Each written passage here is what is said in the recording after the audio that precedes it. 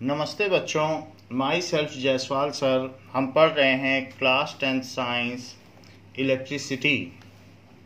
Now last class में हमने ये देख लिया था कि रेजिस्टिविटी क्या होती है। So it depends on the property of material.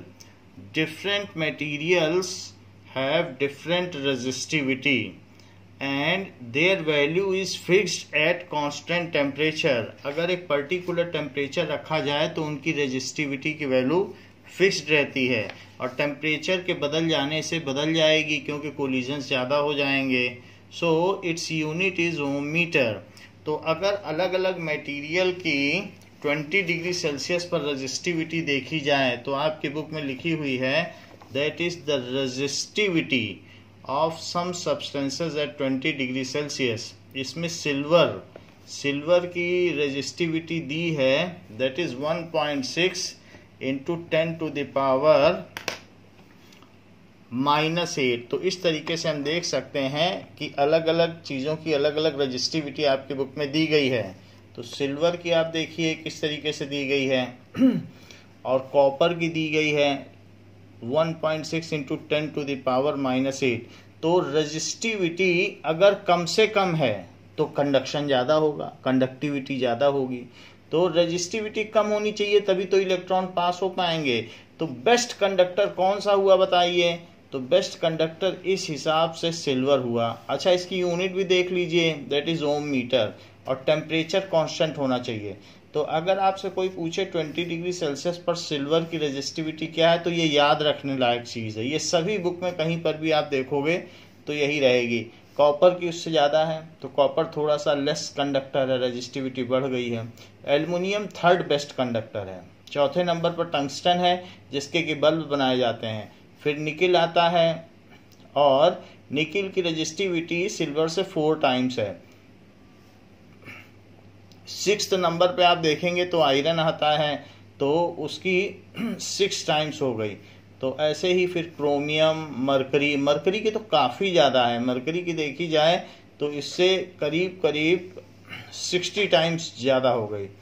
तो ऐसे ही मैग्नीज की रेजिस्टिविटी देखिए तो इट इज़ अब यहाँ पर -6 आ गया। -6 का मतलब है कि अगर मैं 184 करूं, इसे बढ़ा दूं तो ये 10 टू द पावर -8 हो जाएगा। तो बाकी सब में तो -8 है लेकिन जो मैग्नीज है उसमें -6 आप देख रहे हैं। You are seeing that it is -6। तो -6 है तो इसे 184 कर दो, बड़ा कर दो और इसे छोटा कर दो -8। तो इससे पता चलता है कि कहाँ 1.6 और कहाँ 184। तो ये 120 गुना ज़्यादा है। तो मैग्नीज की कंडक्टिविटी सिल्वर से 120 टाइम्स ज़्यादा है। तो करीब करीब यहाँ से भी पावर से भी देखा जा सकता है -8 है ये -6। तो इसमें 100 से मल्टीप्लाई कर दो सीधा -6 आ जाएगा। 100 टाइम्स ज़्यादा है तो 100 टाइम लेस कंडक्टिंग है। मैग्नीज जो है अच्छा कंडक्टर नहीं माना जाएगा क्योंकि वो सिल्वर से 100 टाइम्स लेस कंडक्टिंग है। तो ये रेजिस्टिविटी हमको it facilitates us to find out और to compare the that is the conductivity of various materials. इसके अलावा भी इससे भी बड़े बड़े रेजिस्टेंस हैं। जैसे कि मैंने आपको बताया कॉन्स्टेंटन एक एलॉय है। तो कॉन्स्टेंटन एक एलॉय है और कॉन्स्टेंटन बनता है कॉपर और निकेल से।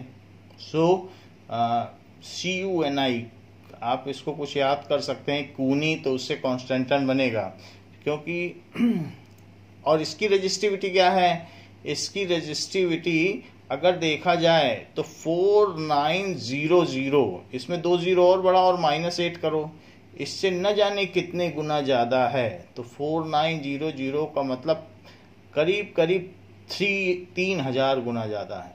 तो जो भी हो इस तरीके से मैंगानीन भी एक अच्छा रजिस्टर कहा जाता है। तो मैंगानीन की भी काफ़ी ज़्यादा रजिस्टिविटी है, कॉन्स्टेंटन, मैंगानीन। और इसके अलावा इनके कंपोजिशन भी आप याद कर लें। मैंगानीन में तो इट इज़ Mn से तो मैंगानीन में Mn है तो ये हो गया, निन Ni हो गया, बट कॉपर के लिए कुछ नहीं दिया है। नाइक्रोम, तो नाइक्रोम में निकिल, क्रोमियम, मैग्नीज दिया है, Fe के लिए कुछ नहीं दिया है। तो इन सब की रजिस्टिविटी काफ़ी ज़्यादा है। ये रजिस्टर्स हैं, ये स्टैंडर्ड रजिस्टर्स कहे जाते हैं क्योंकि टेम्परेचर के साथ इनकी रजिस्टिविटी बदलती नहीं है। तो ये जो एलॉयज आपको 3 दिए गए हैं, दैट इज कॉन्स्टेंटन, मैंगानीन और नाइक्रोम, ये स्टैंडर्ड रजिस्टर कहे जाते हैं। Why they are called standard resistor? क्योंकि बाकी सब की रजिस्टिविटी टेम्परेचर के बदल जाने से बदल जाती है। यहाँ पर 20 डिग्री सेल्सियस दिया है, 20 डिग्री अगर टेम्परेचर बदलेगा तो इन सब की बदल जाएगी, लेकिन कॉन्स्टेंटन, मैंगानीन और नाइक्रोम की रजिस्टिविटी नहीं बदलेगी, तो दे आर स्टैंडर्ड रजिस्टर। इसके अलावा रजिस्टिविटी और बढ़ती जाती है। अगर हम देखें तो ये सब इंसुलेटर हैं, ग्लास, रबर, एबोनाइट। एबोनाइट एक तरीके की आबनूस की लकड़ी होती है एबोनाइट, तो वो निगेटिवली चार्ज होती है, तो इसको ग्रीक में इलेक्ट्रॉन कहते हैं, तो एबोनाइट की लकड़ी को। तो उसी के बेसिस पर जो हमारा एक सब एटॉमिक पार्टिकल है उसको इलेक्ट्रॉन कहा गया है। इसके अलावा डायमंड, पेपर, इन सब की रजिस्टिविटी काफ़ी ज़्यादा है, ये तो प्लस में है, कई मिलियन, बिलियन, ट्रिलियन टाइम्स ज़्यादा है। अगर आप देखें तो सिल्वर से, तो इतनी ज़्यादा रजिस्टिविटी होगी तो इसमें कंडक्शन पॉसिबल ही नहीं होगा। तो इसी वजह से ये क्या कहे जाते हैं, दीज आर इंसुलेटर्स। तो ये सारी चीज़ें दिखाई गई हैं। नाउ तो हमने ये बात देख ली कि रजिस्टिविटी के बेसिस पर हम ये पता कर सकते हैं कि कौन सा मटेरियल कैसा है, ये चीज़ पता की जा सकती है। अब जरा देखें कि different materials have fixed resistivity at constant temperature. Different substance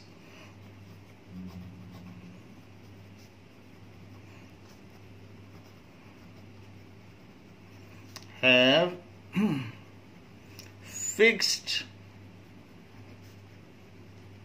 resistivity at constant temperature. वो वैल्यू याद की जा सकती है। तो फिक्स्ड टेम्परेचर पर वो होती है, जैसे silver has 1.6 into 10⁻⁻8 ohm metre resistivity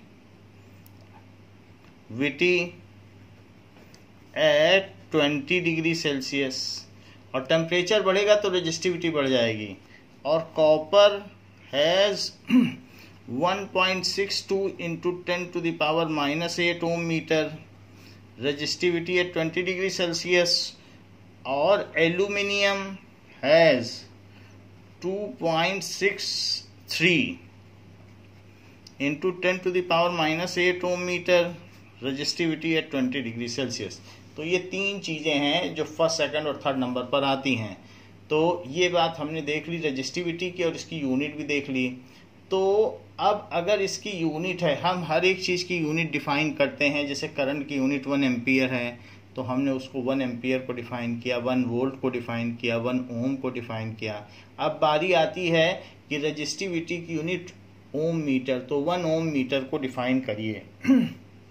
question पूछा गया है कि, तो ये बात हमने आपको बता दी। तो resistivity of a material changes with temperature, it does not change with length, क्योंकि कभी भी दूध का रेट नहीं बदलेगा। चाहे आप 2 लीटर दूध दे लो, 3 लीटर दूध दे लो, तो रेजिस्टिविटी एक रेट है, क्योंकि पर मीटर स्क्वायर और पर यूनिट लेंथ का जो रेजिस्टेंस है वही रेजिस्टिविटी है। तो एक रेट हो गया। यहाँ हमने लिखा है कि पर मीटर स्क्वायर और पर मीटर का जो भी रेजिस्टेंस है वही रेजिस्टिविटी है। तो अब जब सब चीज़ आपने फिक्स कर दी, तो उसी तरीके से आप कितना भी दूध ले लो, दूध का रेट नहीं बदलता। तो उसी तरीके से एरिया और लेंथ, इन सब से या रेजिस्टेंस से रेजिस्टिविटी नहीं बदलती। अगर रेजिस्टिविटी बदलती है तो वो सिर्फ टेम्परेचर से बदलती है, क्योंकि वो इस फार्मूले का, that is R is equals to rho L/A इस फार्मूले का वो प्रोपोर्शनलिटी कांस्टेंट है, तो इनके और इनके बदलने से ये नहीं बदलेगा। Now resistivity of a material at constant temperature is fixed, ये है ही है, and resistivity increases with increase in temperature. So rho increases with increase in temperature. ये बात हो गई। नाउ 1 ओम मीटर, अगर क्वेश्चन पूछा गया किसी की रेजिस्टिविटी का यूनिट ओम मीटर है, if a material has resistivity 1 ohm meter, then define it. If a substance has resistivity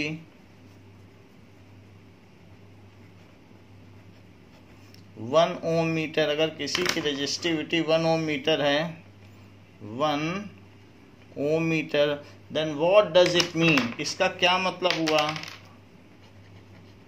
What does it mean?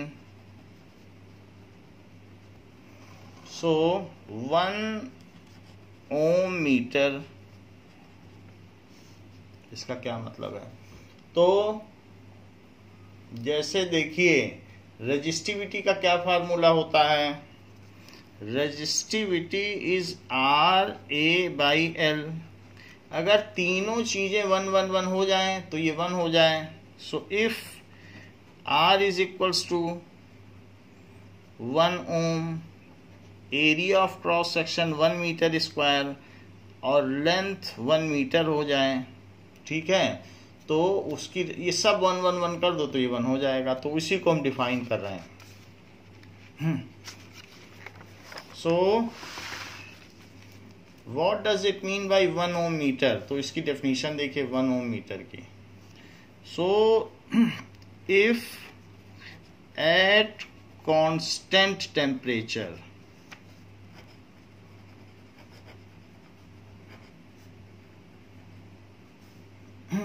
if at constant temperature resistance of a substance of unit length and unit cross sectional area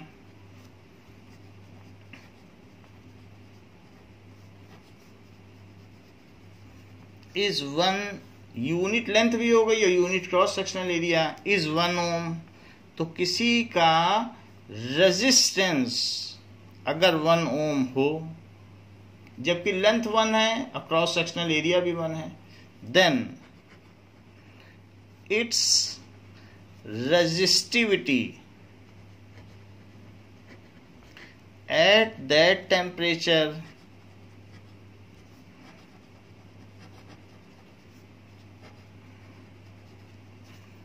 is 1 ohm metre. मेरा कहने का मतलब है कि R is equals to, ये रो is equals to RA/L। तो अगर मान लीजिए किसी का रेजिस्टेंस 1 ओम पाया गया और 1 मीटर स्क्वायर एरिया ले लिया और ये 1 मीटर लेंथ ले ली, तो ये सब 1 है और 1 मीटर से 1 मीटर कट गया तो 1 ओम मीटर, तो रेजिस्टिविटी 1 ओम मीटर है। इसको फिर से समझिए, मान लीजिए कोई हमने एक ऐसा मटेरियल लिया जिसका ये 1 metre square cross sectional area है और ये 1 मीटर है, और अगर मैं इसको सेल में लगा दूं और एक एमीटर लगा दूं और 1 वोल्ट पर 1 एम्पियर करंट पाई जाए, तो R क्या होता है बताओ, V/I होता है। तो 1 वोल्ट लगाने पर 1 एम्पियर करंट आई तो उसका रेजिस्टेंस कितना पाया गया, एमीटर लगा दिया तो 1 ओम पाया गया, और जबकि लेंथ भी 1 मीटर है और ये भी 1 मीटर है और रेजिस्टेंस भी 1 ओम पाया गया, तो ये जो सब्सटेंस है जो यहाँ हमने लगा रखा है, इसकी रेजिस्टिविटी उस कांस्टेंट टेम्परेचर पर, जिस टेम्परेचर पर ये सारा मेजरमेंट किया गया है, उसकी रेजिस्टिविटी 1 ओम मीटर होगी। ये बात है, ओम्स लॉ से हमने रेजिस्टेंस निकाला और फिर रेजिस्टिविटी ये बता दी। देखिए सो क्वेश्चन पूछा गया है, if length of a wire is doubled, then which of the following changes, इनमें से क्या चेंज होगा? That is R, रो और ए, इनमें से क्या चेंज होगा? लेंथ हमने डबल कर दी है तो क्या चेंज होगा? सो रेजिस्टिविटी इज प्रोपोर्शनलिटी कांस्टेंट, तो वो चेंज नहीं हो सकती। रेजिस्टिविटी का हमने टेबल भी दिखा दिया है, तो वो तो फिक्स्ड है, वो याद करने लायक वैल्यू है, वो बदलती नहीं है। 20 डिग्री सेल्सियस पर वो जो आपकी टेबल बनी है बुक की, वो फिक्स्ड है। तो रेजिस्टिविटी लेंथ पे थोड़ी डिपेंड करेगी, वो तो जैसे मिल्क का रेट है, आप 2 लीटर लो 3 लीटर लो, रेट थोड़ी बदल जाएगा। So R is equals to rho L by A. So resistivity is property of a material, it does not change with length. और proportionality constant भी है, property of material and proportionality constant of given formula.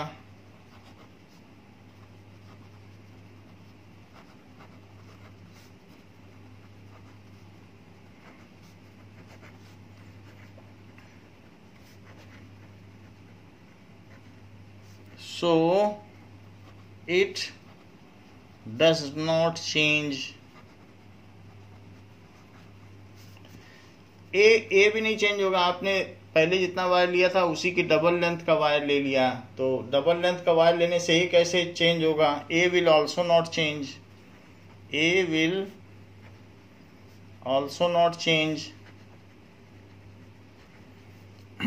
but R is directly proportional to L. So if length is double, then the resistance doubles. So if length is doubled, then resistance doubles. ये चीज हो गई। देखिए जो ohms law है, तो Ohm's law में कुछ बातें और भी आपको जाननी चाहिए। ओम्स लॉ, तो ये एक स्विट्जरलैंड के क्लास 8th के टीचर थे, तो वहां पर ये बच्चों को पढ़ाया करते थे। तो इन्होंने अपने प्रिंसिपल से बताया कि अगर पोटेंशियल डिफरेंस को बढ़ा दिया जाए, डबल कर दिया जाए, तो करंट भी डबल हो जाती है। ऐसा हमने अपने एक्सपीरियंस से पता किया है। तो प्रिंसिपल इस बात पर इतना नाराज हुए कि उन्होंने इनको स्कूल से रेस्टिकेट कर दिया कि आप फालतू की बातें करते हैं और ऐसा कुछ भी नहीं है कि पोटेंशियल डिफरेंस बढ़ाया जाएगा तो करंट डबल होगी। पर इन्होंने जो अपनी स्टडी की थी और अपना रिसर्च मटेरियल ये वो ऑर्गेनाइजेशन ऑफ साइंटिस्ट को भेजा और वहाँ पर इनकी बात को देखा गया, तो ये पाया गया कि जो ओम ने कहा है, तो जॉर्ज साइमन ओम ने जो कहा है वो बिल्कुल सही है। तो करीब 5 साल बाद इनको बुलाया गया और कहा गया कि आप ऑक्सफोर्ड यूनिवर्सिटी में आकर रिसर्च कीजिए और इसको और बढ़ाइए। तो वहाँ ये गए और वहाँ पर उनको परमानेंटली रख लिया गया और उन्होंने रिसर्च की। और आज जो भी मटेरियल्स हैं, जैसे कुछ ऐसे मटेरियल्स हैं जैसे नॉन मेटल, ये सब ओम्स लॉ को ओबे नहीं करते हैं क्योंकि उनमें तो करंट फ्लो नहीं करती है, लेकिन जो मेटल्स हैं और ये सब हैं उनको वो ओम्स लॉ को फॉलो करते हैं और उनका V/I का ग्राफ लीनियर आता है।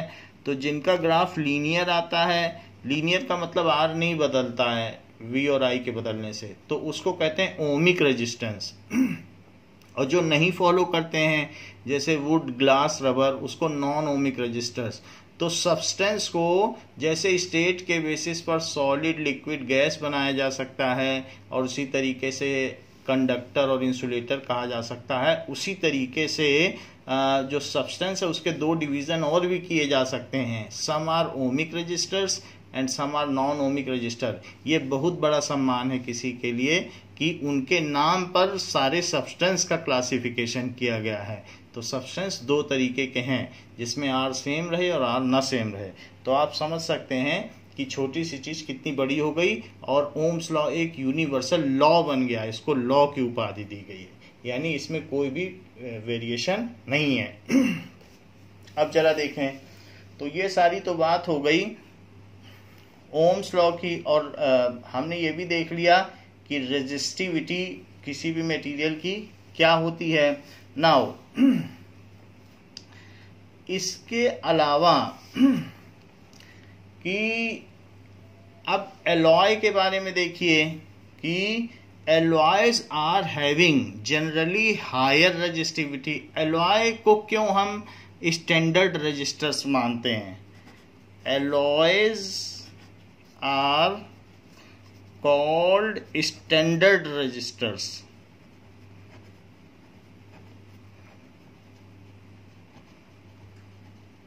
स्टैंडर्ड रजिस्टर कहा जाता है as its resistivity does not change with temperature. Its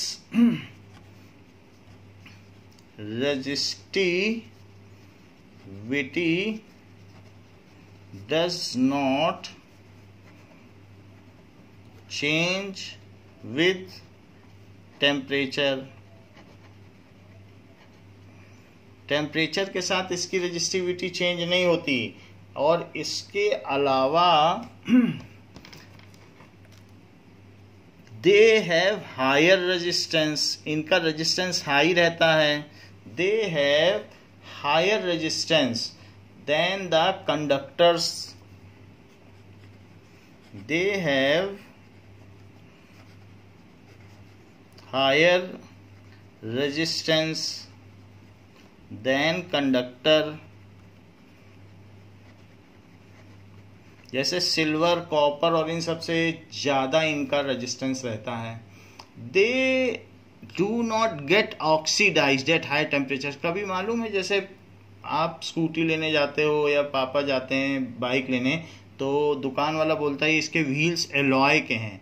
तो कोई भी चीज जो एलॉय की होती है, जैसे हमारे मंदिर में, भगवान के मंदिर में क्या होता है कि एलॉय के घंटियां होती हैं, पीतल की घंटियां, ब्रास की, तो वो उसमें रस्ट नहीं लगता है। जो एलॉयज होते हैं, स्टील भी एक एलॉय है जिसके हम बर्तन में हम पानी पीते हैं, क्या उसमें कभी रस्ट लगता है? तो एलॉय की प्रॉपर्टी क्या होती है कि टेम्परेचर बदलने या किसी के बदलने के साथ वो अपनी प्रॉपर्टी नहीं बदलता है। तो एलॉयज इसलिए भी अच्छे रजिस्टर्स माने जाते हैं। So they do not get oxidised. Oxidise अगर कोई मटेरियल हो गया तो अपनी प्रॉपर्टी खो देता है, कहा जाता है कि अब वो कोरोडेड हो गया है। लेकिन एलॉयज के केस में ऐसा नहीं है। They do not get oxidised at elevated temperature. High temperature पर वे ऑक्सीडाइज नहीं होते हैं। They do not get oxidised at high temperature.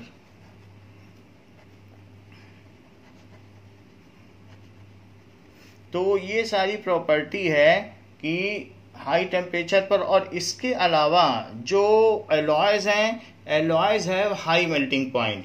तो बहुत अगर हाई टेम्परेचर भी होगा तो वो इजीली मेल्ट भी नहीं करते, ये भी इनके एक प्रॉपर्टी है। So alloys have high melting point.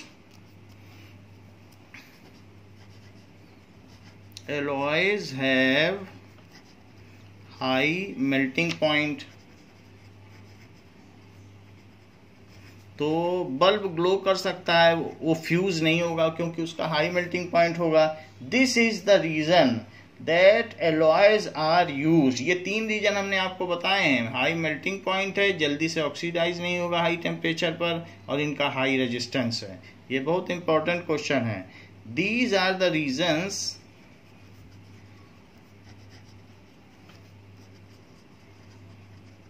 That alloys are commonly used. Alloys are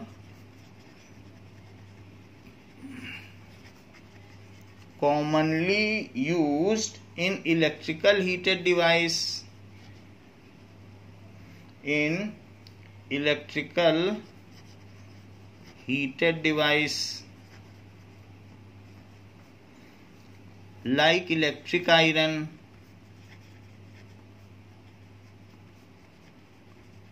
electric iron में यूज होता है, टोस्टर्स, इन सभी चीजों में इसका इस्तेमाल होता है. However tungsten is used in case of bulb, क्योंकि इसका 3780 टेम्परेचर होता है. तो टंगस्टन और जो बल्ब होते हैं उसके अंदर हीलियम भरी होती है, तो खैर उसमें ऑक्सीडेशन का कोई खतरा नहीं होता है. तो जो लाइटनिंग डिवाइस है, हीटिंग डिवाइस में एलॉय का इस्तेमाल होगा, और टंगस्टन प्योर मटेरियल है, एलिमेंट है. तो tungsten is used in making bulb due to its high melting point. On other side total 116 elements हैं, उसमें एक टंगस्टन भी है. On other side tungsten is used, tungsten is used in making electric bulbs exclusively in making filaments of electric bulb. वो जो उसके wire होते हैं, filaments of electric bulb due to their high melting point. Tungsten एक element है जैसे 3870 degree Celsius, तो इस तरीके से हाई टेम्परेचर है तो मेल्ट नहीं होगा. 2000 डिग्री सेल्सियस पर चीजें ग्लो करने लगती हैं, तो उससे तो ये काफी ऊपर है. तो ये बात हो गई कि एलॉय किस लिए यूज किए जाते हैं. Now we will see one question, that if a wire is drawn, एक resistance है, if a resistance of 4 ohm है, उसका 4 ohm resistance है, is drawn to double of its length. drawn का मतलब है खींच कर, उसको इतना खींचो कि डबल हो जाए लेंथ का, क्योंकि डक्टाइल तो होते ही हैं, तो आप किसी चीज को खींच भी सकते हो. So is drawn to double of its length, double of its length. तो अगर डबल कर दिया जाएगा, then what is new resistance of wire, then what is new resistance of wire. तो पहले एक वायर ऐसा था, ये इसकी लेंथ L थी और एरिया A था. फिर मैंने इसको दोनों तरफ से खींचना शुरू किया, तो जब इधर से खींचा और इधर से ड्रॉ किया तो ये अब पतला हो गया, और लेकिन इसकी लेंथ बढ़ गई. लेंथ हमने इसकी डबल कर दी. इसको जब खींचोगे तो लेंथ डबल हो जाएगी, एरिया कम हो जाएगा. सो इसकी लेंथ 2L हो गई, डबल हो गई. एरिया का पता नहीं कितना हुआ. लेकिन कोई भी चीज होती है मटेरियल, तो उसका वॉल्यूम फिक्स्ड है.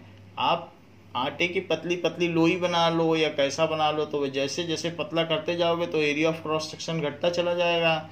तो वैसे ही जो पहले का वॉल्यूम था वो नए वॉल्यूम के बराबर होगा. Initial volume is final volume. अच्छा, वॉल्यूम क्या होता है? Base area into height. So A into L. Cylinder में भी तो यही होता है. सिलेंडर में क्या होता है, ये देखो, बेस एरिया होता है पाई आर स्क्वायर और हाइट होती है एच. तो वॉल्यूम क्या होता है? पाई आर स्क्वायर एच. होता है कि नहीं होता है? तो वैसे ही यहाँ पर भी तो बेस एरिया इंटू हाइट कर रहा हूँ. और फाइनली बेस एरिया का मालूम नहीं, ए डैश हो गया है, और हाइट कितनी हो गई है? 2L. तो ऐसा होने पर ए डैश कितना हो जाएगा? नया area A into L by 2L. तो L से L कट गया, सो नया एरिया A/2 हो गया. ये चीज हो गई। सो अब दो चीजें आती हैं, इनिशियली क्या है और फाइनली क्या है।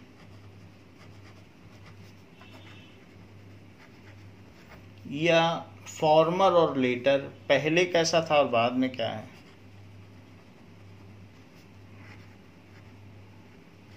तो पहले क्या था, इसका जो रेजिस्टेंस था वो rho L by A, material तो बदलेगा नहीं, मटेरियल आपने जो भी लिया हो, कॉपर लिया हो, एल्यूमिनियम लिया हो, वो वही है। अब फाइनल रेजिस्टेंस तो बदल जाएगा क्योंकि चीजें बदल गई हैं, फिर भी रो नहीं बदलेगा क्योंकि रो सिर्फ टेम्परेचर से बदलता है। हाँ, लेंथ जरूर बदल गई है, अब नई लेंथ एल डैश हो गया है और नया एरिया ए डैश हो गया है।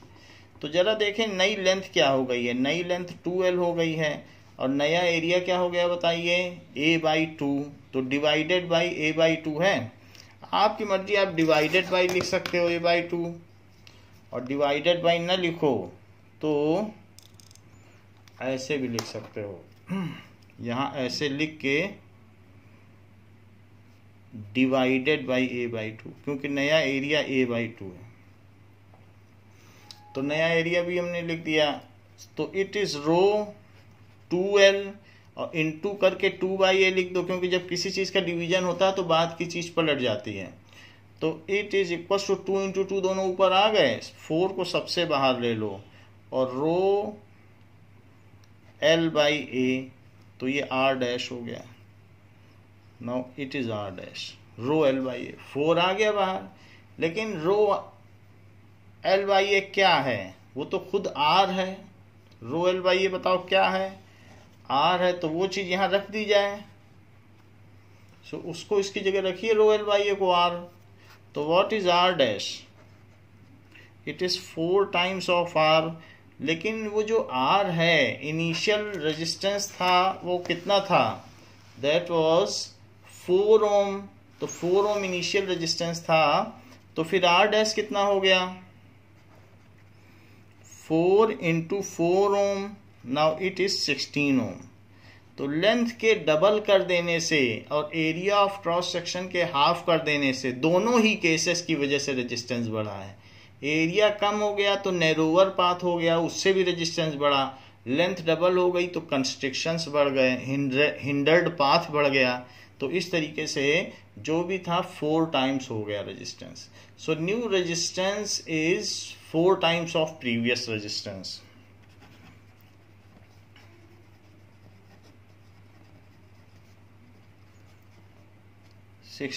ohm, it is 4 times of previous resistance। तो ये बात हो गई, ये इंपॉर्टेंट क्वेश्चन है। If a wire is drawn double of its length then what will be the new resistance, ये पूछा जाता है, तो इस क्वेश्चन को ध्यान रखिए। नाउ कही गई है बात की if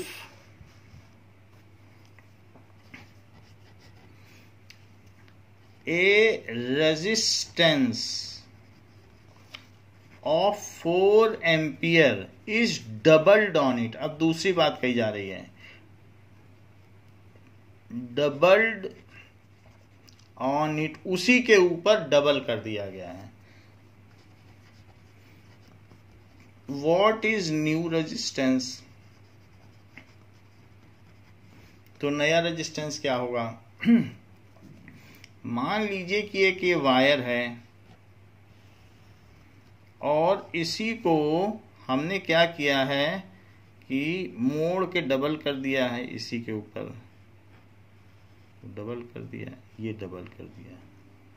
सो डबल कर देने पर पहले अगर इसकी लेंथ L थी तो अब ये L/2 हो जाएगी। हाँ, क्रॉस सेक्शनल एरिया अगर पहले A हुआ करता था तो नया एरिया 2A हो जाएगा क्योंकि डबल हो गया। तो दो केस बनते हैं, एक फॉर्मर और एक लेटर, इनिशियली और फाइनली, ऐसे बनते हैं।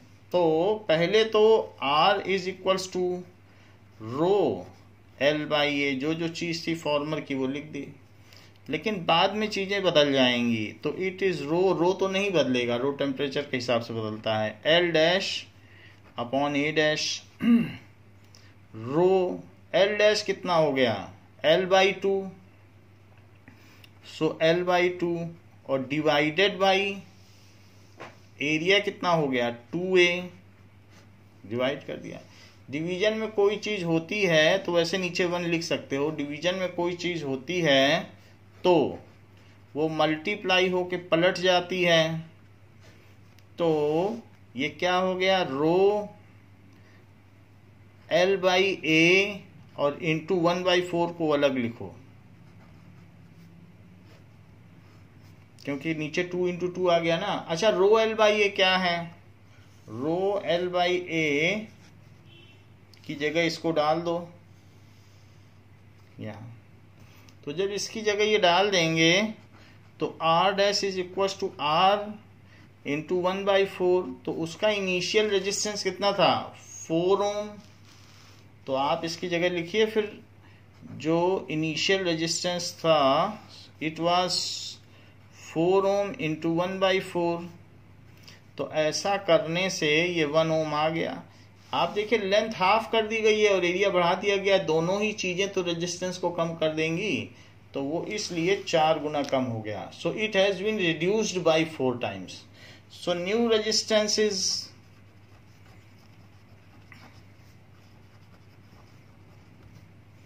1 ohm.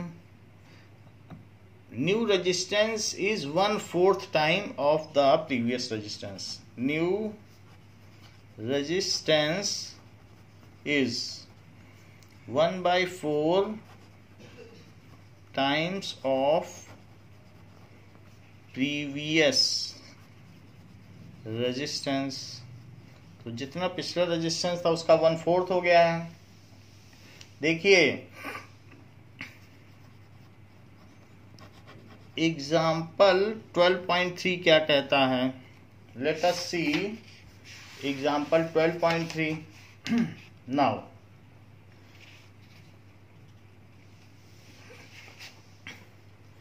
How much current will an electric bulb draw, 2 question पूछे गए हैं।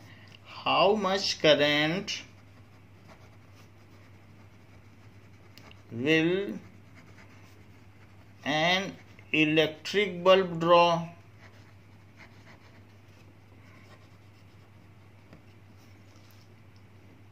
from a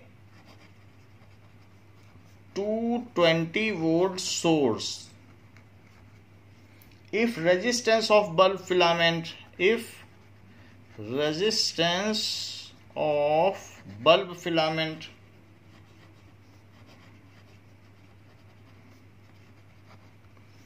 is 1200 ohm, और बी पार्ट क्या पूछा गया है, how much current will an electric heater coil, how much current will an electric heater coil draw, electric heater coil draw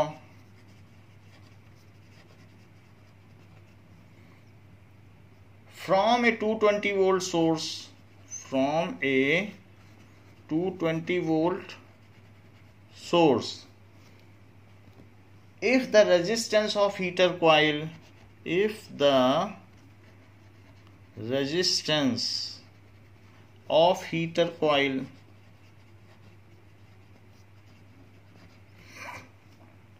is 100 ओम, 2 चीजें कही गई। तो सबसे पहले पहला क्वेश्चन करते हैं, क्या क्या दिया गया है, हाउ मच करंट आई पूछा गया है, इलेक्ट्रिक बल्ब ड्रॉ, वोल्टेज दिया गया है, वोल्टेज कितना है 220 वोल्ट, 220 वोल्ट, रेजिस्टेंस कितना है, रेजिस्टेंस इज इक्वल टू 1200 ओम। तो आप वीर का फार्मूला याद रखें, वीर याद रखेंगे तो सब याद रहेगा। तो V is equal to I R, वीर, तो V is equal to I R हो जाएगा। पहला V इधर और आई आर उधर। ये ओम्स लॉ है। ओम्स लॉ लिखना कभी ना भूलें, इस पे मार्क्स कटते हैं।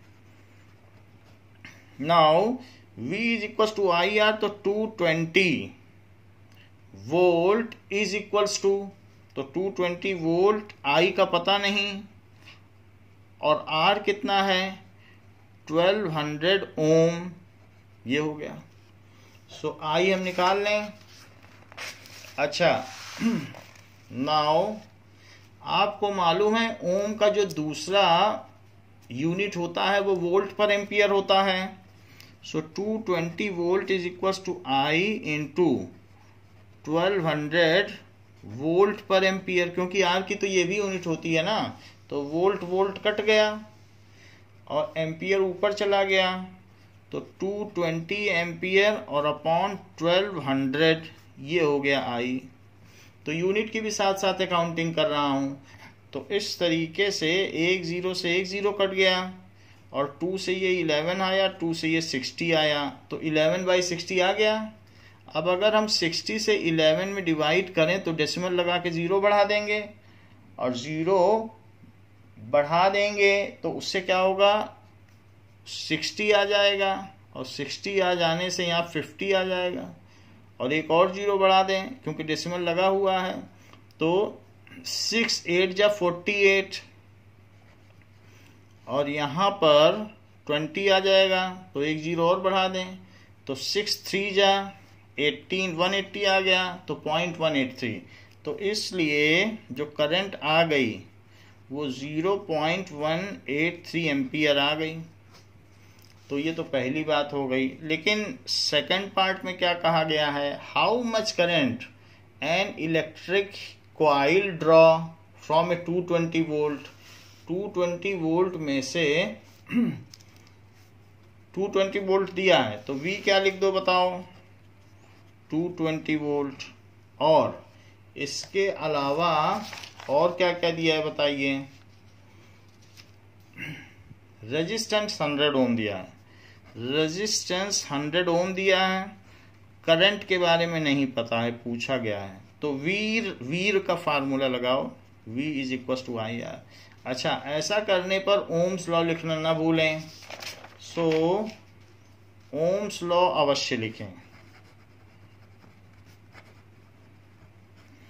तो V कितना है 220 वोल्ट, I का पता नहीं, R 100 ओम है। ओम क्या होता है, क्योंकि R is equal to V/I, तो ओम भी लिख सकते हैं और R की यूनिट वोल्ट पर एम्पियर भी लिख सकते हैं,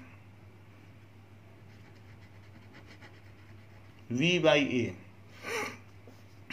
तो 220 volt is equal to I into 100 volt पर एम्पियर। चाहो तो यूनिट की अकाउंटिंग करो, चाहो तो ना करो, हम आपको सिखा दे रहे हैं। चाहे तो आप सिंपली बाद में एम्पियर में लिख दें, जरूरी नहीं है कि ये करें, लेकिन बता दे रहे हैं, आपके पास ऑप्शन रहेगा, करना चाहेंगे तो कर भी सकते हैं। 1 0 से 1 0 इधर का कट गया, सो 22/10, और ये एम्पियर ऊपर चला गया, तो इस तरीके से 2.2 ampere.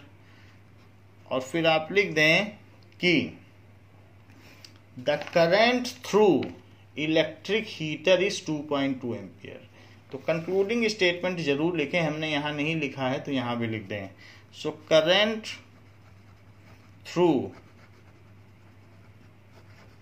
Electric heater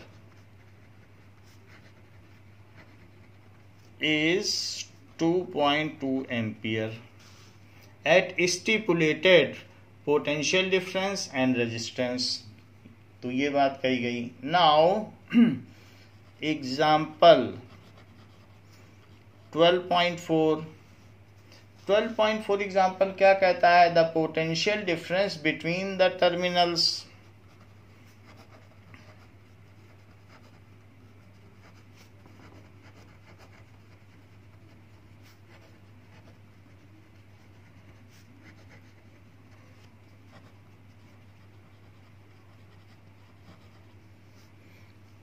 Of an electric heater is of an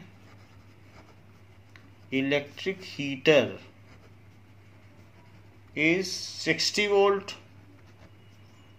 When it draws a current of 4 ampere, when it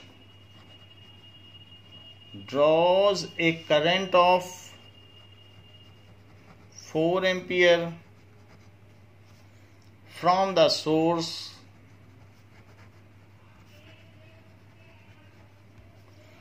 what current will the heater draw? What current will the heater draw if potential difference is increased by, if potential difference is increased by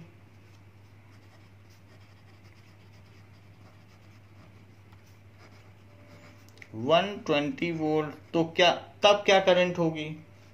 तो इसका answer देखें कि यदि potential difference बढ़ा दिया जाए, दो सिरों के बीच में विभवांतर बढ़ा दिया जाए, तो बहने वाली विद्युत धारा क्या होगी?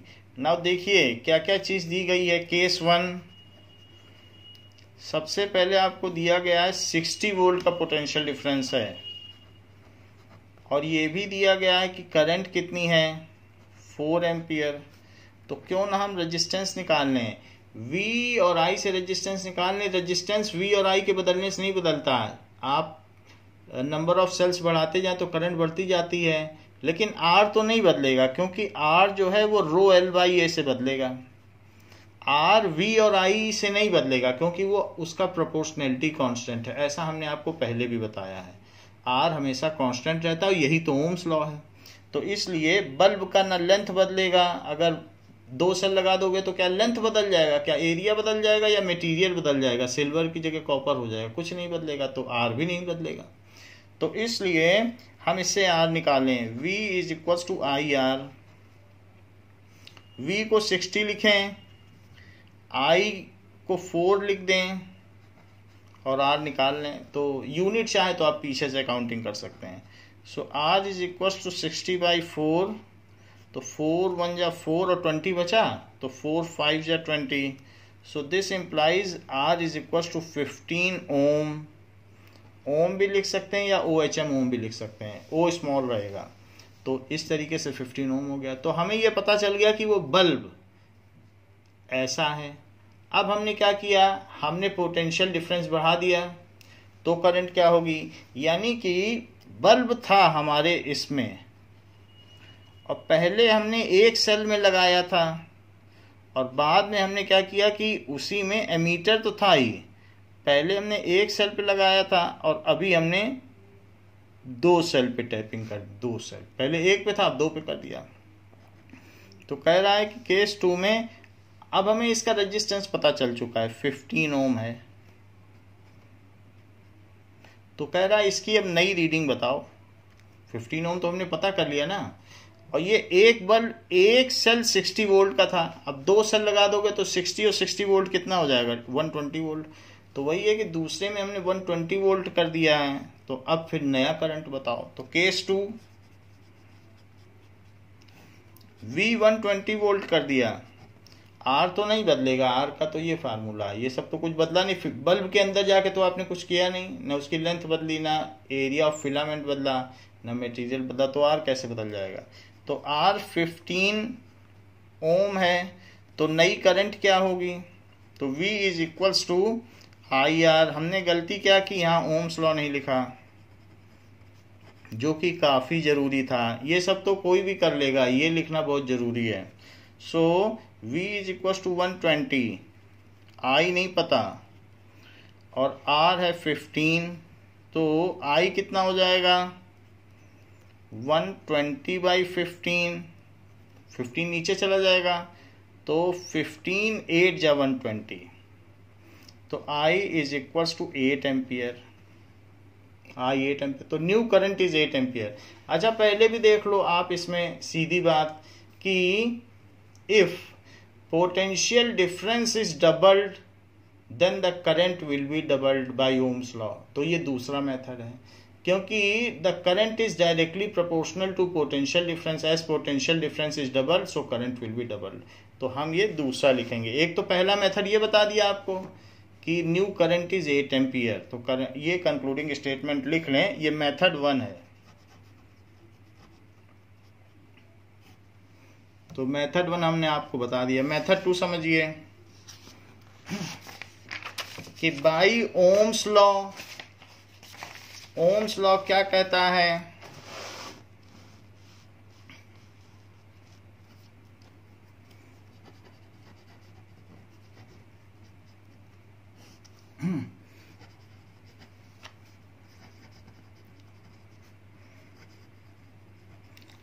Current flowing through a conductor is directly proportional to the potential difference applied across its ends.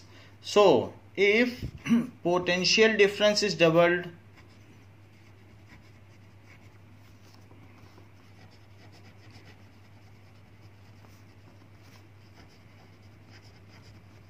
then current will also be doubled.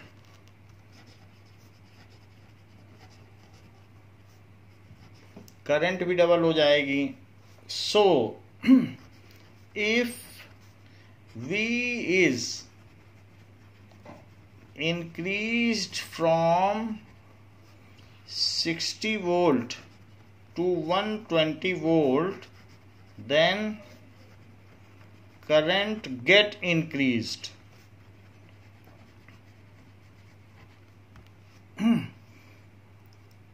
from 4 ampere to 8 ampere. ये दूसरा नियम है, तो दूसरा मेथड ऐसे कर लें। Now example 12.5, resistance of a metal wire, resistance of a metal wire of length, उसकी लेंथ दी है 1 मीटर, इज 26 ओम रेजिस्टेंस दिया है मेटल वायर का at 20 degree Celsius. If the diameter of wire, if the diameter of the wire is 0.3 mm, what will be the resistivity of metal? What will be the resistivity of metal at that temperature? At that temperature,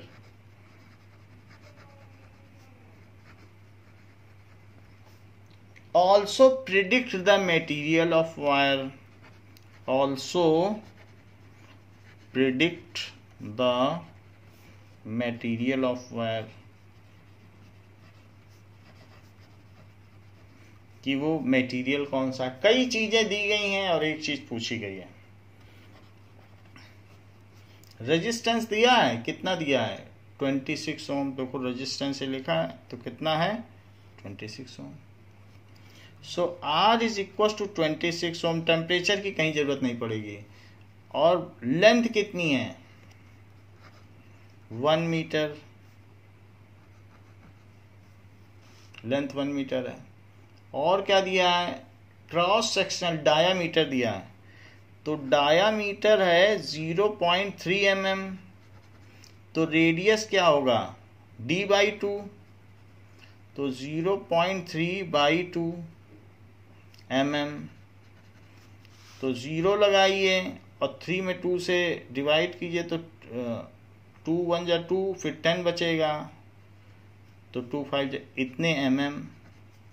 mm को अगर आपने metre में बदला तो कैसे बदलेंगे? इसको mm ही लिखा रहने दीजिए और यहाँ लिखिए 1 मीटर और नीचे लिखिए 10⁻³ mm, क्योंकि 1 मीटर में 1000 mm होते हैं, तो हमने दोनों चीज एक ही जैसी लिख दो तो ये 1 होगा, हमने 1 का मल्टीप्लाई किया क्योंकि बोथ आर सेम, 1 मीटर और 10⁻³ mm।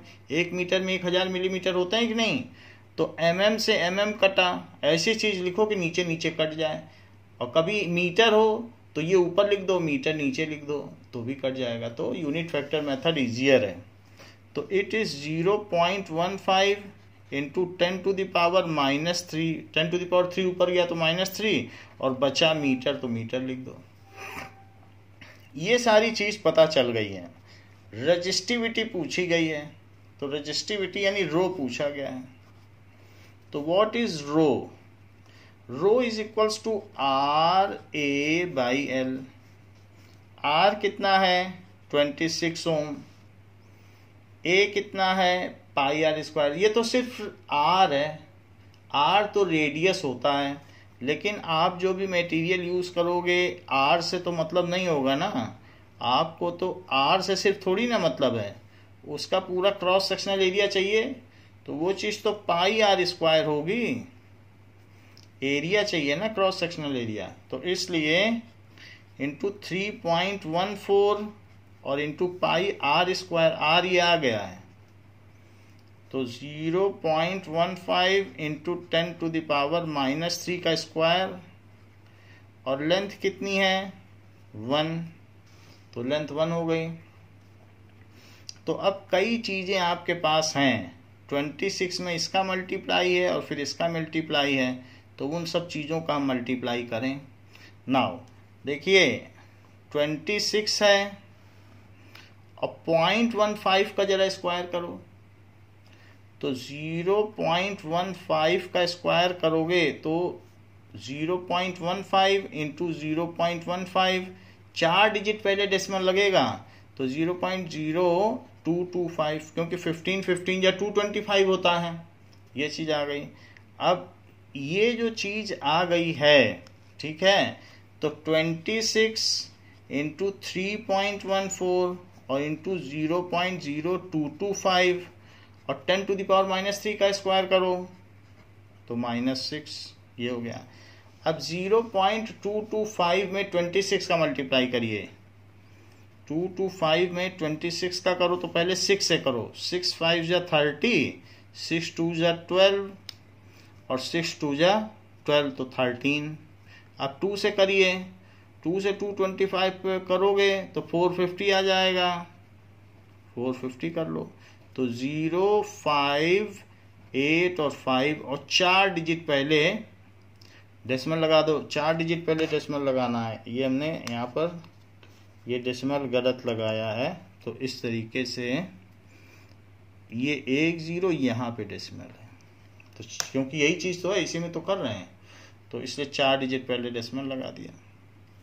अब ये आ गया, हमने 26 का कर दिया। 26 का करने के बाद अब इसमें 3.14 का करो, सो 3.14 का करोगे तो इस जीरो को हटा दो, डेसिमल के बाद इस जीरो का कोई महत्व नहीं है, बस अब 3 डिजिट रखो।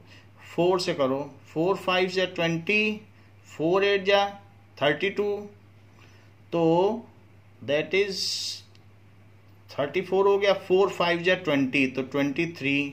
1 से करो तो 585 585 और अब 3 से करो तो 3 5 जा 15 और 3 8 जा 24 तो 25 और 3 5 जा 15 और +2 17, ये चीज हो गया। तो देखो 0 9 और 8 8 5 13 और 3 16, तो 1 यहाँ कैरी आ गया, और 5 5 10 और 3 13, तो ये 1 8।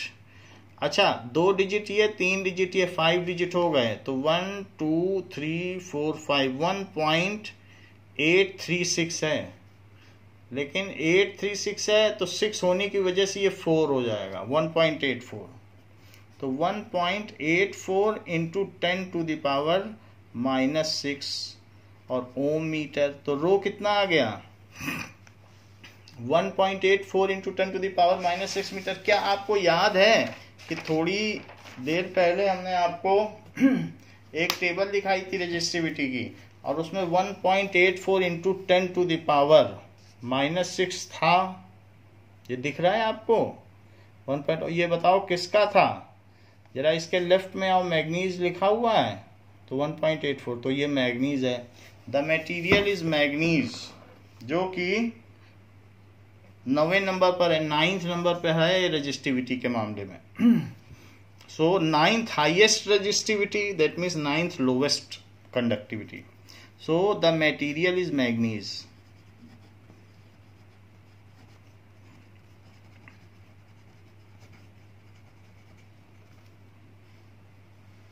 तो ये चीज हो गई। देखिए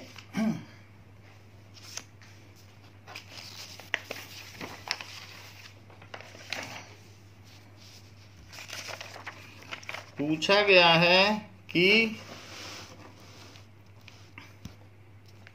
विच is the best conductor. Question है which is the best conductor on basis of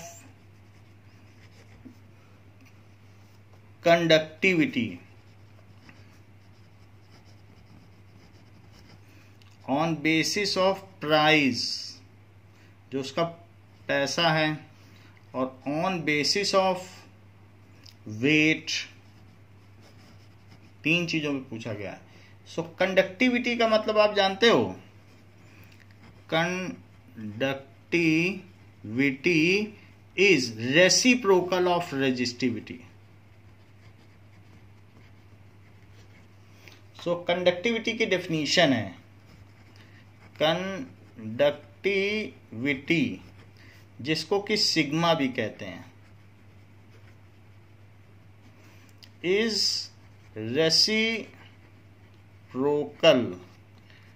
of resistivity. तो जिसकी रेजिस्टिविटी कम होगी उसी की कंडक्टिविटी ज्यादा होगी। तो सबसे कम रेजिस्टिविटी सिल्वर की है, 1.6 है इंटू 10 टू द पावर -8। तो कंडक्टिविटी, रेजिस्टिविटी सबसे कम, तो कंडक्टिविटी सिल्वर की सबसे ज्यादा है। सो पहले का केस है silver is best conductor on basis of conductivity. Silver is best conductor on basis of conductivity. अच्छा, लेकिन सिल्वर महंगा मिलता है और कॉपर सस्ता मिलता है, तो कॉपर प्राइस के मामले में अच्छा हो जाएगा, क्योंकि सिल्वर तो बहुत महंगा है, कॉपर उससे काफी सस्ता है। तो copper is best conductor on basis of price. और एल्यूमिनियम बहुत हल्का होता है, वेट। तो अगर मान लो एल्यूमिनियम कॉपर से 5 गुना हल्का है, तो वही डबल वायर अगर एल्यूमिनियम का कहीं लगा दोगे तो वो कॉपर से काफी अच्छी कंडक्टिविटी दे देगा। तो इसलिए सब तरफ जो गवर्नमेंट ने लगा रखे हैं पोल टू पोल, सब एल्यूमिनियम के ही वायर हैं। आप देखते भी होंगे जमीन पे जब काटे जाते होंगे तो सब एल्यूमिनियम के वायर काटे जाते हैं। So aluminium is best conductor on basis of weight. Al is light weighted substance, so it is best conductor on basis of weight या mass। तो ये भी चीजें हमें ध्यान रखनी होंगी। नाउ कहा गया है कि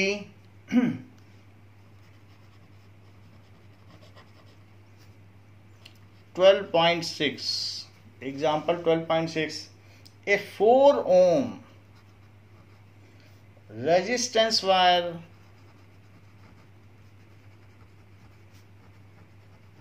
is doubled on it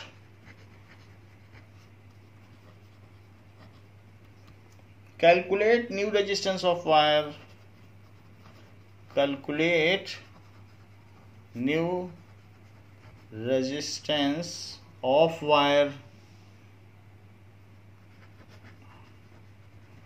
तो ये क्वेश्चन हम लोगों ने कर लिया है कि अगर 4 ओम का है तो इसका आंसर 1 ओम आया था। तो ये देखो बुक में 1 ओम है, तो वही चीज वैसे हम लोगों ने निकाल लिया था। नाउ ये तो बात हो गई एग्जाम्पल्स की। Now we will come to in text questions. So in text questions,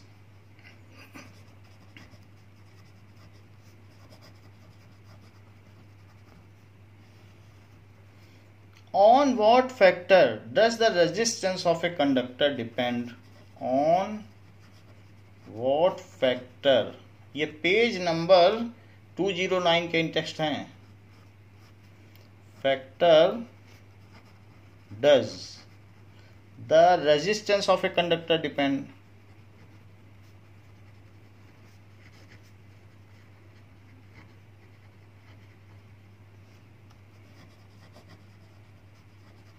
तो किन पे ये डिपेंड करता है? सो resistance of a conductor depend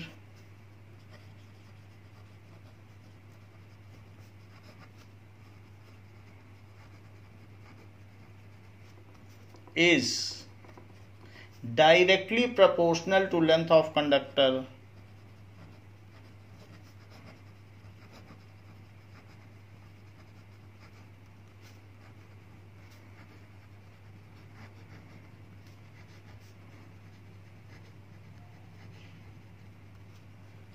Inversely proportional to cross sectional area of wire. C depends on type of material, यानी रो।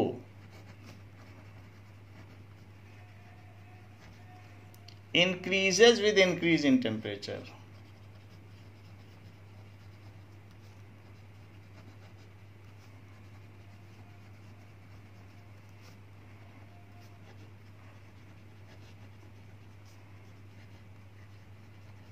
For metals, metals के case में ऐसा है।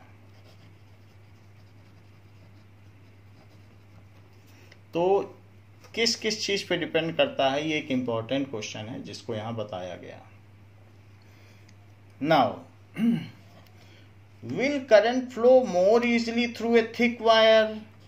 Will current flow more easily through a thick wire or a thin wire?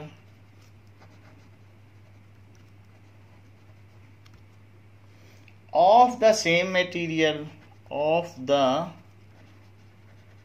same material, when connected to same source, when connected to same source। अगर same source से connect किया जाए तो किसमें करंट ज्यादा होगी? Why. Will current flow more easily through a thick wire या thin wire? पतले वायर से या मोटे वायर से, किसमें से आसानी से करंट फ्लो होगी? अगर पोटेंशियल डिफरेंस जो आपने बैटरी लगा रखी है वो सेम है तो किसमें आसानी से करंट फ्लो करेगी, ऐसा पूछा जा रहा है आपसे। तो करंट का क्या फार्मूला है? V is equals to I R. तो I क्या हो जाएगा? V by R. तो यहां पर फॉर थिक वायर, मोटा वायर है, then resistance is low. For thick wire, ज्यादा मोटा वायर होगा तो रेजिस्टेंस इज लोअर। क्यों लोअर होगा? क्योंकि 1/A, ए के बढ़ने से, वायर के मोटा होने से उसका क्रॉस सेक्शनल एरिया बढ़ेगा तो डिनोमिनेटर बढ़ने से आर कम होगा, और अगर आर कम हो गया, डिनोमिनेटर यहाँ का कम हो गया तो आई ज्यादा हो जाएगा कि नहीं? तो for thick wire resistance is lower.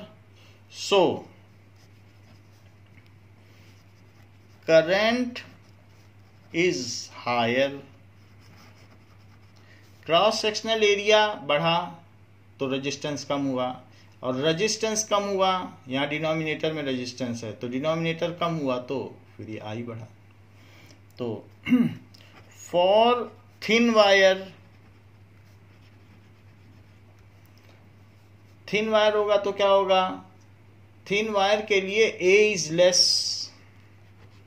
A is less, so R is more, R ज्यादा हो जाएगा, ए के लेस होने से आर ज्यादा हो जाएगा। एंड अगर आर ज्यादा हो गया, पतले वायर में आर ज्यादा हो गया तो डिनोमिनेटर बढ़ गया तो ये कम हो जाएगा। एंड करंट डिक्रीजेस, तो ये एज पर रेशो के हिसाब से डिनोमिनेटर, क्योंकि वी कांस्टेंट है ना, तो वी तो उन्होंने उसी सोर्स पे लगा रखा है 9 वोल्ट की बैटरी पर, तो ये कांस्टेंट है, तो सब कुछ वायर की थिकनेस पे डिपेंड कर रहा है। ए के बदलने से आर बदल रहा है और आर के बदलने से आई बदल रहा है। देखिए थर्ड क्वेश्चन में पूछा गया है, let the resistance of electric component, let the resistance of electric component remains constant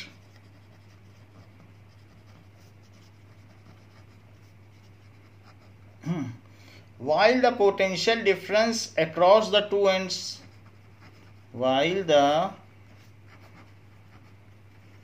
potential difference across the two ends of component decreases to half of the former, to half of the former, ऐसा कहा गया value. What change will occur in the current through it? What change will occur in the current through it? In the current through it, कहा जा रहा है resistance same है, यदि किसी पदार्थ का प्रतिरोध नियत रहे, while the potential difference decreases to half, resistance तो सेम रहेगा। ओम्स लॉ कहता है रेजिस्टेंस किसी भी ऐसे बल्ब का ऐसे तो चेंज हो नहीं सकता, क्योंकि बल्ब के अंदर सब लेंथ ऑफ वायर है, उस मटेरियल है, एरिया सब अंदर है, बल्ब तोड़ के तो कोई चेंज कर नहीं देगा, तो रेजिस्टेंस तो रिमेन्स कांस्टेंट रहेगा। हाँ, ये मान लिया है कि टेम्परेचर कांस्टेंट है। सो और पोटेंशियल डिफरेंस हाफ कर दिया जाएगा तो करंट क्या होगी, करंट भी हाफ हो जाएगी। तो एज पर ओम्स लॉ, बहुत आसान सा क्वेश्चन है, एज पर ओम्स लॉ तो V is directly proportional to I. If potential difference decreases to half, then current will also decrease to half of its initial value. If potential difference, किसी camphor में आधा पानी रह जाएगा तो उसके नल से निकलने वाले पानी की वाटर करंट भी आधी रह जाएगी। If potential difference is decreased to half of its initial value, तो यदि जो पोटेंशियल डिफरेंस उसकी प्रारंभिक वैल्यू का आधा कर दिया जाए, its initial value,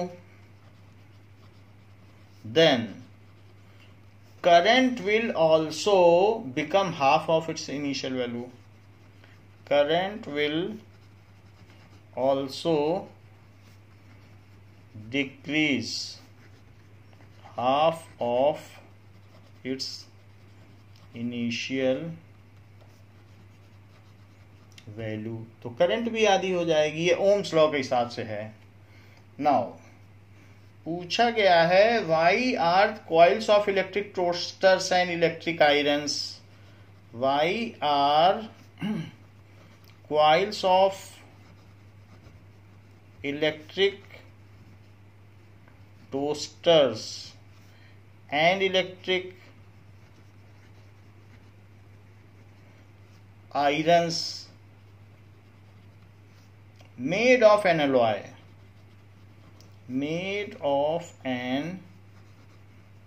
alloy rather than a pure metal,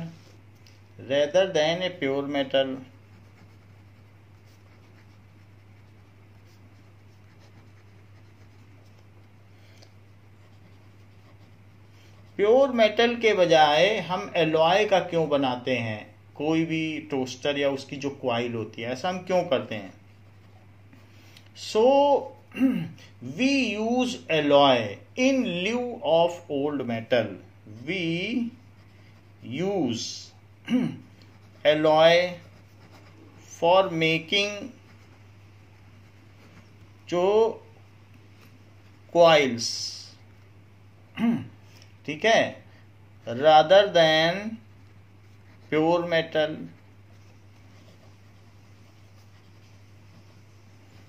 ऐसा इसलिए कहते हैं alloys are chemically inert to atmosphere. अगर एलॉय व्हील है बाइक का तो उसमें कभी जंग नहीं लगेगा। कोई भी चीज एलॉय की बनी हुई है, एलॉय के हमारी स्टील के बर्तन है, जंग नहीं लगेगा, साल 2 साल छोड़ दो।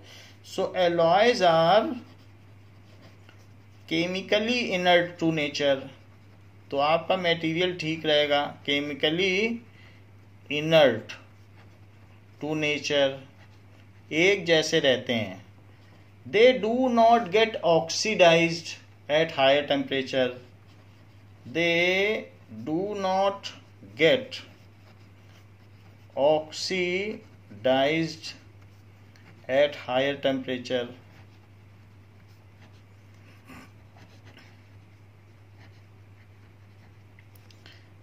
Their resistivity does not change with temperature। हमने बताया था कि नहीं, ये स्टैंडर्ड रजिस्टर कहे जाते हैं। टेम्परेचर के बदलने पर भी कॉन्स्टेंटन मैंगानीन, वैसे तो रजिस्टिविटी सभी की बदलती है, लेकिन यही 3 मटेरियल ऐसे हैं, नाइक्रोम, कॉन्स्टेंटन, मैंगानीन, की टेम्परेचर बदलने पर इनकी रजिस्टिविटी नहीं बदलती। सो their resistivity does not changes with change in temperature, their resistivity does not change with change in temperature, change in temperature। They have high melting point,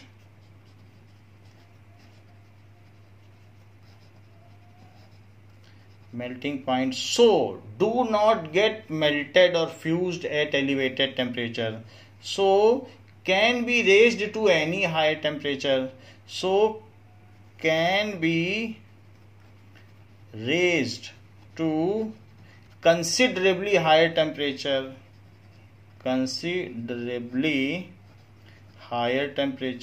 heating element है ना। और सबसे जरूरी बात, their resistivity is quite high, their resistivity is quite high, बहुत ज़्यादा होती है। तो इस तरीके से हम एलॉय को इस्तेमाल करते हैं। रही बात क्वेश्चन नंबर 5 की, तो क्वेश्चन नंबर 5 क्या कह रहा है? क्वेश्चन नंबर 5 कहता है कि which among iron and mercury is better conductor, which among iron and mercury is better conductor.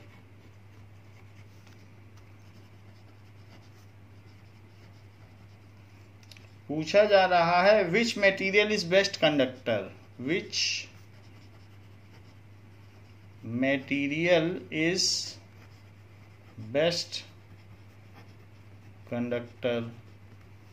So अब आप देख लें आयरन और मरकरी में जो जितना नीचे होगा वो उतना पुअर कंडक्टर होगा। तो आयरन को देखो, और आयरन के नीचे मरकरी है, तो मरकरी की रेजिस्टिविटी हाई है, तो रेजिस्टेंस ज़्यादा होगा तो अच्छा कंडक्टर थोड़ी ना माना जाएगा। आयरन ऊपर है तो आयरन बेटर कंडक्टर है। आयरन का रेजिस्टिविटी कम है, so iron has less resistivity. वैसे भी कंडक्टिविटी रेसिप्रोकल ऑफ रेजिस्टिविटी होती है, so iron has less resistivity than mercury. Iron has less resistivity than mercury, so iron is better conductor।